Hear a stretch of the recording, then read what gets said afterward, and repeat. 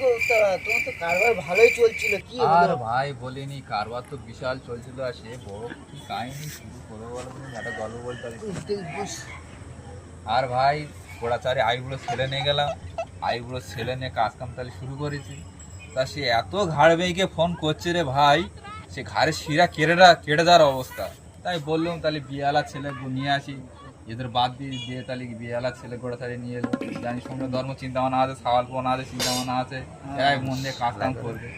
তো নিয়ে এলো, নিয়ে এলি এক শালা আন্তি মাত্রে বলে ওস্তাকার আমার এই মাইনে হবে না, আমার বউ না তো আমার বকছে, আমি এই মাইনে কাজ করবো বাড়ি যাবো।